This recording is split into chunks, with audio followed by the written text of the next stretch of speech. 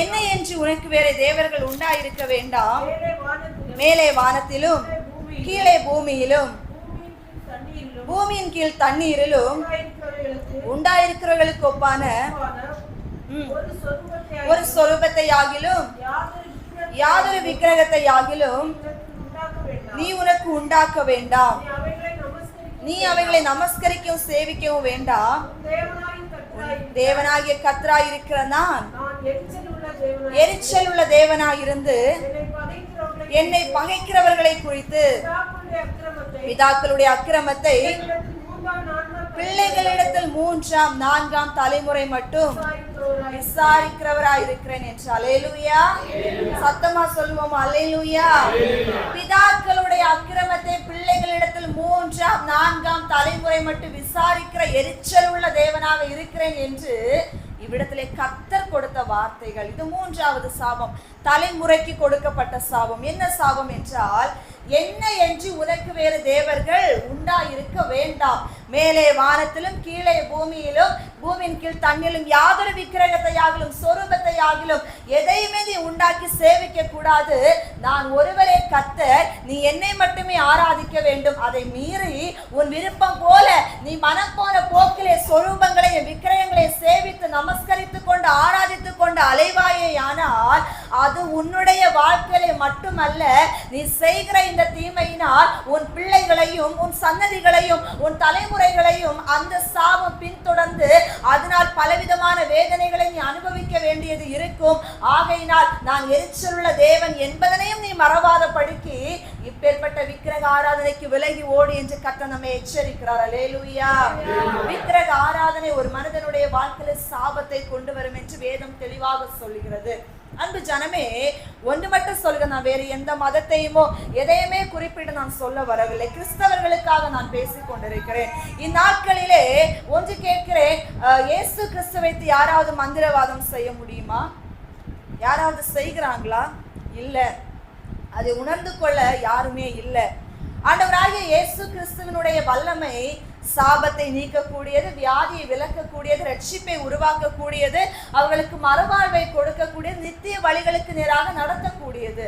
அது உண்மையான வல்லமையுள்ள தேவனை வைத்து தீமையான காரியங்களுக்காக யாரும் பயன்படுத்த முடியாது.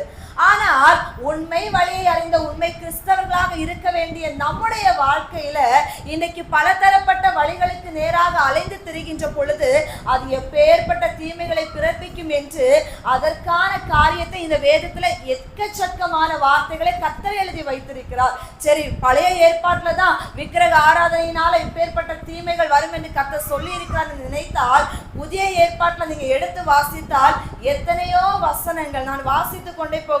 1 யோவான், 1 கொரிந்தியர், 2 கொரிந்தியர், அந்த இடத்துல 2 பேதுரு என்று எக்கச்சக்கமான வசனங்களை நான் சொல்லிக்கொண்டே போக முடியும். விக்கிரக ஆராதனை குறித்து எழுதப்பட்ட வார்த்தைகள். அப்படியானால் கர்த்தர் எந்த அளவுக்கு அதை வெறுக்கிறார் தெரியுமா?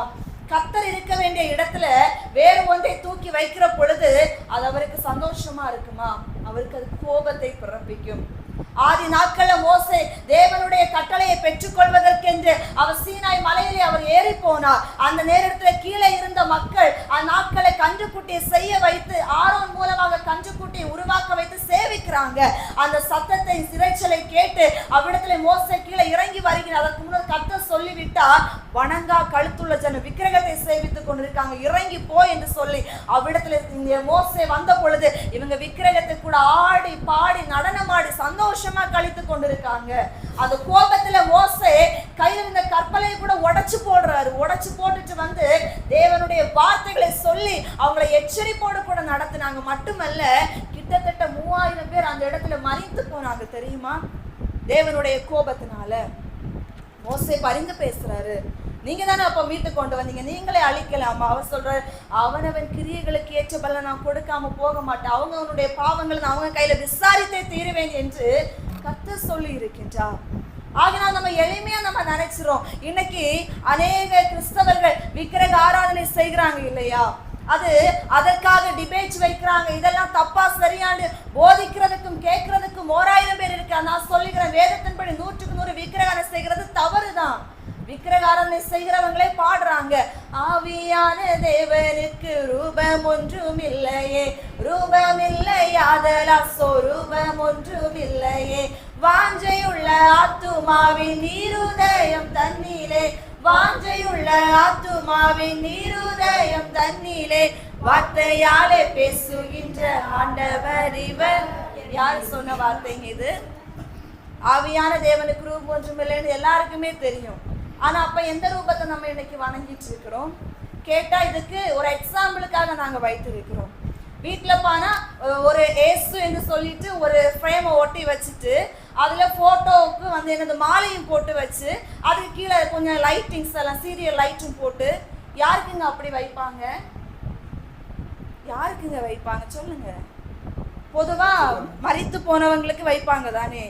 உண்மையா ஆண்டவர் அறிந்து கொண்டு மரித்தவங்களுக்கு கூட லைட்டு பத்த வைக்க மாட்டாங்க, அவங்க பரலோகத்துல உயிரோட இருக்காங்கன்னு சொல்லிட்டு. ஆனா இன்னைக்கு இயேசு கிறிஸ்துன்னு சொல்லிட்டு அவர் இப்படிதான் இருந்தாரான்னு கூட அவங்களுக்கு தெரியாது. அவங்க கொஞ்சம் அதுக்கு கலர்ஸான ட்ரெஸ் எல்லாம் போட்டு எல்லாமே பண்ணி வச்சுட்டு இவர் தான் இயேசுன்னு சொல்லிட்டு அவங்களுக்கு மாலை போட்டு லைட்டு போட்டு எல்லாமே போட்டு அதை பார்த்து வணங்கிட்டு வேற போறதுக்கு விட்டா தீபாராதனை எல்லாம் காட்டிடுவாங்க போல இருக்கு. அவரை பேரை சொல்லி கயிறு கட்டுறது, அவர் பேரை சொல்லி அந்த எண்ணெய் எல்லாம் எடுத்து பூசுறது, என்னெல்லாமோ பண்றாங்க. ஆண்டவர் என்னங்க சொல்லி கொடுத்தார்? இதெல்லாம் விக்கிரக ஆராதனை நமக்கு தெரியாமல நம்ம செய்து கொண்டிருக்கிறோம், இல்லை தெரிந்து பண்றோம். அநேக வீடுகளை நான் பார்த்துருக்கிறேன்.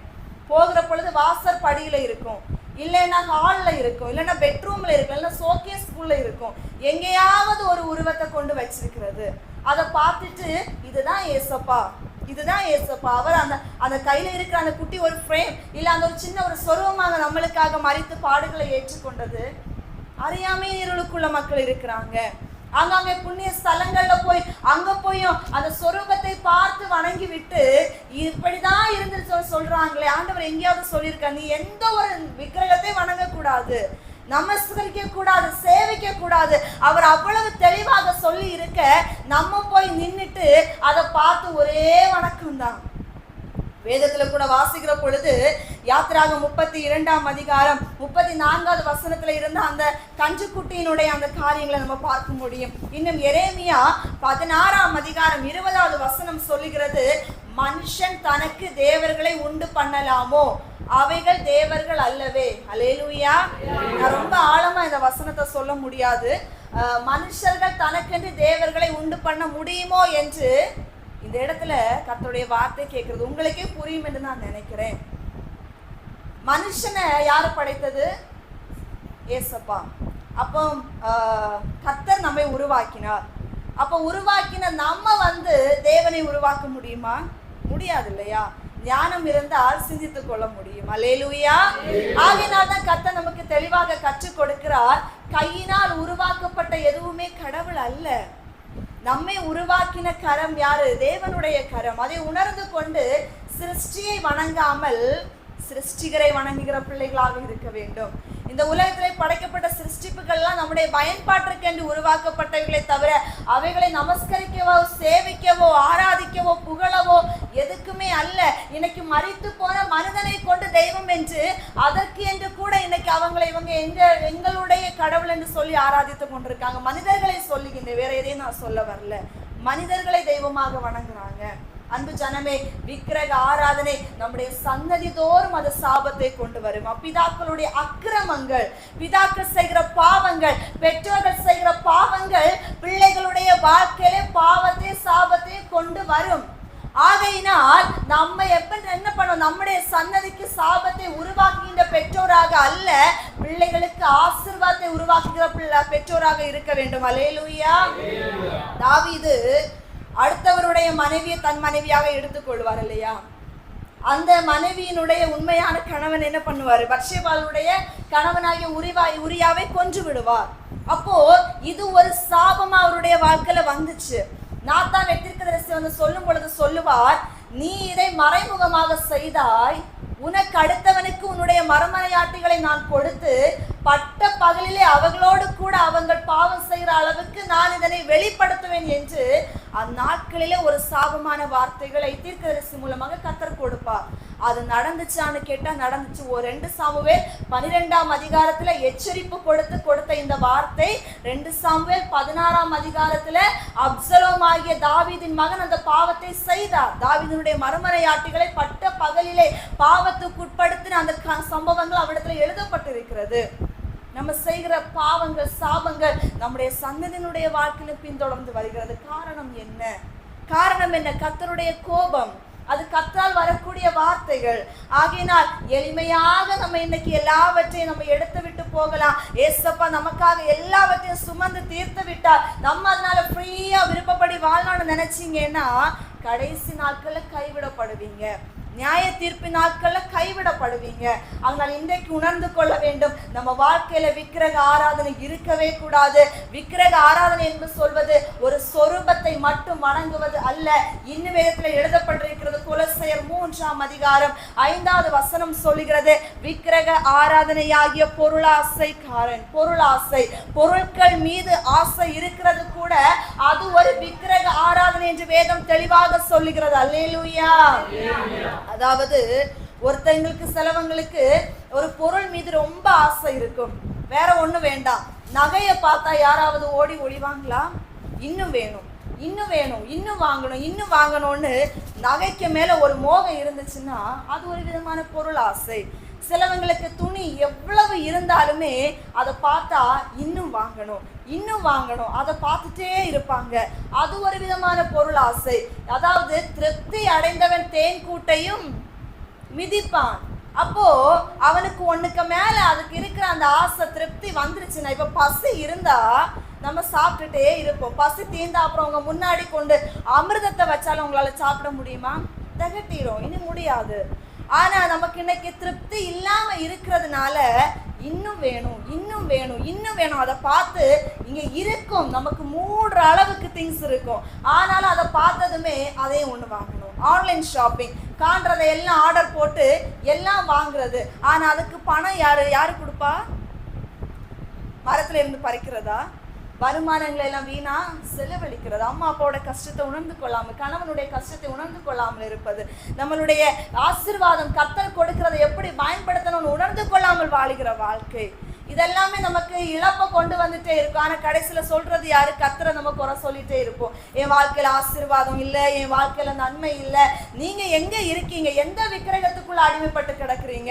இல்லைன்னா போனு, இல்லைன்னா வண்டி, இல்லைன்னா ஏதாவது ஒரு காரியம், ஏதாவது ஒரு பொருளுக்கு மேல அதிமோகமா இருக்கிற பொழுது அது ஒரு விக்கிரக ஆராதனை என்று வேதம் சொல்கிறது. இனி ஒண்ணு சொல்லணும்னா, ஆண்டவர் இருக்க வேண்டிய இடத்துல நீங்க வேற எதை தூக்கி வைத்தாலும் அது விக்கிரக ஆராதனை தான். அதனால இன்னைக்கு யோசிச்சு பாருங்க, நீங்க கர்த்தரை விட இந்த உலகத்துல யார் அதிகமா நேசித்தாலும் அதுவும் விக்கிரக ஆராதனை. ஆண்டவரை விட ரொம்ப அதிகமா, அது உங்க பிள்ளைய நீங்க அந்த இடத்துல வைத்திருந்தாலும் சரி, கணவனா சரி, மனைவியோ சரி, குடும்பமா எதுவா இருந்தாலும் ஆண்டவர் இருக்கிற இடத்துல நீங்க வேற எதை தூக்கி வைத்தாலும் அது ஆண்டவருக்கு விருப்பமான காரியம் அல்லவென்று நான் சொல்லல, வேதம் தெளிவாக சொல்லுகிறது. அல்லேலூயா. அப்படி நீங்க யாரும் இல்லைன்னு கர்த்தருக்குள்ள விசுவாசிக்கிற. அல்லேலூயா. முதலாவது தேவனுடைய ராஜ்யம், அடுத்தது அவருடைய நீதி. இந்த உலகத்துல இருக்கிற அம்மா அப்பா கணவன் மனைவி பிள்ளைகள் எல்லாம் யார் கொடுத்தது? ஏசப்பா கொடுத்தது.